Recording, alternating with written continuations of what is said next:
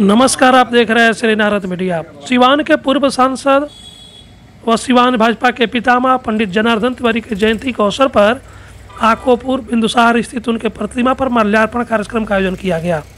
माल्यार्पण करने वालों में भाजपा नेता मनोज सिंह, पूर्व सांसद ओम प्रकाश यादव, नंद प्रसाद चौहान, जिलाध्यक्ष संजय पांडे, मन्नू सिंह, जयप्रकाश गुप्ता, पंकज सिंह, राजेंद्र सिंह, अनिल गिरी सहित दर्जनों लोग शामिल थे। कार्यक्रम का आयोजन पूर्व सांसद श्री तिवारी के प्रपौत्र भाजपा नेता राहुल तिवारी ने आयोजित किया था।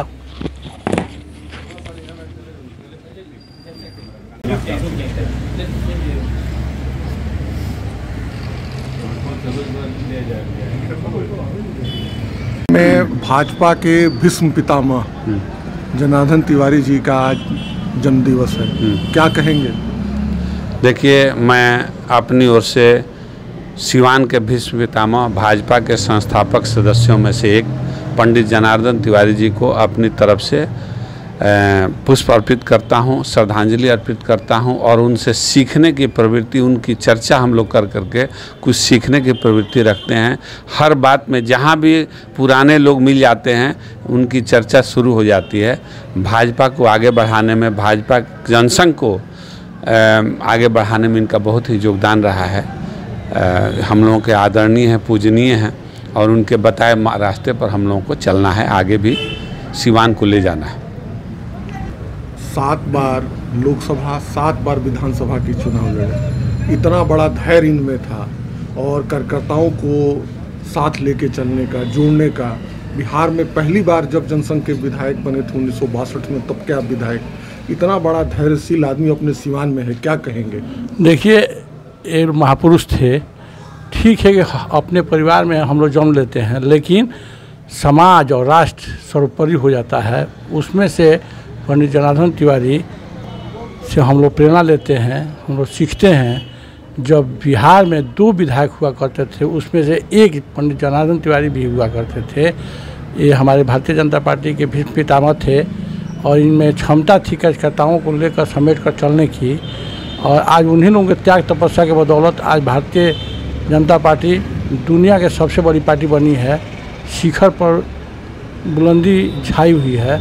ऐसे भी वीर पुरुष को हम नमन करते हैं, वंदन करते हैं। उससे इन्होंने सिवान को जोड़ा है। आप संगठन के लिए खुद काम करते हैं, क्या कहेंगे संगठन को लेकर और इनके योगदान को लेकर? देखिए, आज पंडित जनार्दन तिवारी जी को श्रद्धा सुमन निवेदित करता हूं और उनका जीवन हमारे जैसा पार्टी के कार्यकर्ताओं के लिए एक किताब था, एक सीखने का ग्रंथ था।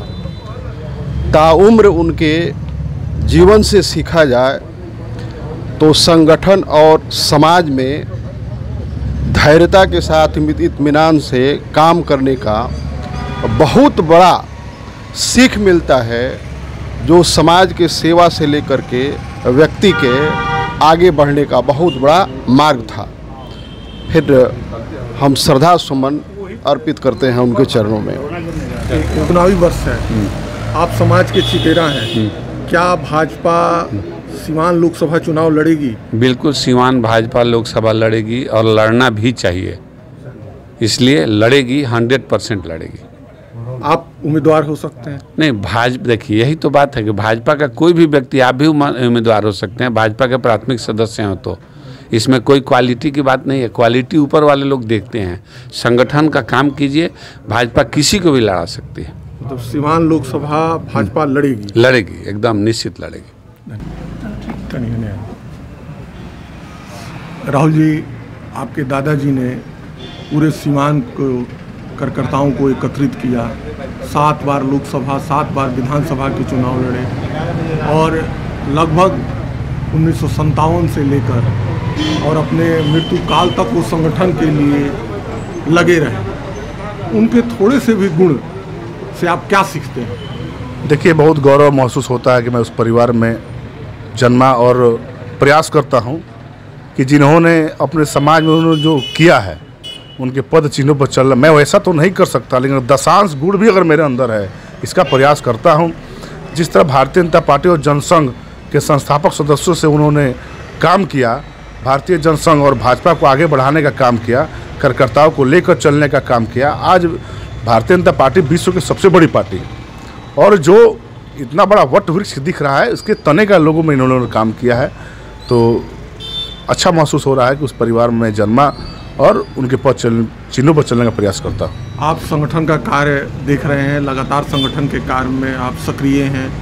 ये चुनावी वर्ष है, क्या राहुल तिवारी जी लोकसभा के उम्मीदवार हो सकते हैं? देखिए, भारतीय जनता पार्टी में कौन उम्मीदवार होगा, किस रूप में होगा, ये भारतीय जनता पार्टी की संसदीय बोर्ड तय करती है। आप देखते होंगे मध्य प्रदेश में जो चुनाव हुआ, मोहन यादव जी तीसरी पंक्ति में बैठे थे, लेकिन भारतीय जनता पार्टी अपने सभी एक एक कार्यकर्ताओं पर नज़र बनाए हुई है और जो कार्यकर्ता देश हित, राष्ट्र हित में और संगठन के हित में काम करेगा, पार्टी उसे टिकट देगी और वो लोकसभा प्रत्याशी, मैं ही नहीं, भारतीय जनता पार्टी का एक एक कार्यकर्ता चुनाव लड़ने लायक है और लड़ेगा चुनाव। जैसा पार्टी नहीं देते उसके पीछे हम लोग खड़े होकर चुनाव जिताएंगे।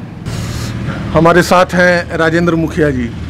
आप बहुत लंबे समय तक पंडित जनार्दन तिवारी जी के साथ आपका समय गुजरा है जी। क्या कहेंगे उनके व्यक्तित्व के बारे में? उनका व्यक्तित्व तो इतना बड़ा है कि हम उसका वर्णन नहीं कर सकते हैं। हम लोगों की राजनीति में उन्हीं के लाए हुए हैं, एक चेला हैं और उन्हीं से हम लोगों ने बहुत कुछ सीखा है। और वे जो है यहाँ के जनसंघ से संसद अथी थे, प्रचारक थे, उसके बाद शिक्षक हुए।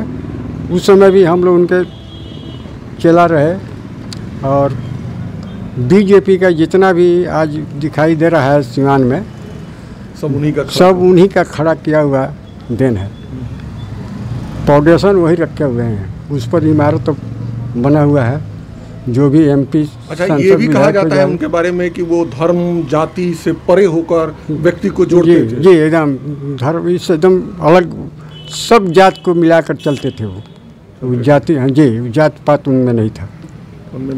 जी हाँ, एकदम नहीं था।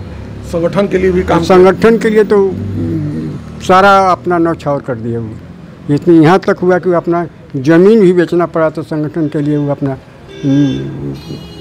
बेचे और जो भी पार्टी का खर्चा उर्चा जो भी लगता था वो सब उसमें लगाते थे, इसमें कोई संदेह नहीं। आप उनके साथ रहते थे? ये एकदम 24 घंटा रहते थे राजनीति में जी। जैसा कि आप यहाँ देख रहे हैं, पंडित जनार्दन तिवारी जी की आज जयंती है। सिवान में भाजपा के लिए वो भीष्म पितामह हैं। उससे पहले जनसंघ में उन्होंने काम किया, जनसंघ के तरफ से विधायक भी रहे। उससे पहले राष्ट्रीय स्वयंसेवक के वो प्रचारक के रूप में रहे। साथ ही यहाँ की प्रतिष्ठित विद्यालय VMHE में वो ड्रिल शिक्षक थे। और ये कहा जा सकता है ऐसे महापुरुष के बारे में कि तू पत्थर की ऐठन है, मैं पानी की लोच, तेरी अपनी सोच है, मेरी अपनी सोच। आज यही कारण है कि बड़े बड़े लोग यहाँ सिर नवाने आते हैं उनकी जयंती पर, ताकि इनके सांगठनिक गुण से थोड़ा सा भी सीख लिया जाए तो जीवन धन्य हो सकता है। और यही कारण है कि आज भाजपा पूरे दुनिया में सबसे बड़ी पार्टी के रूप में सांगठनिक रूप से केंद्र से लेकर राज्यों तक उसका शासन चल रहा है।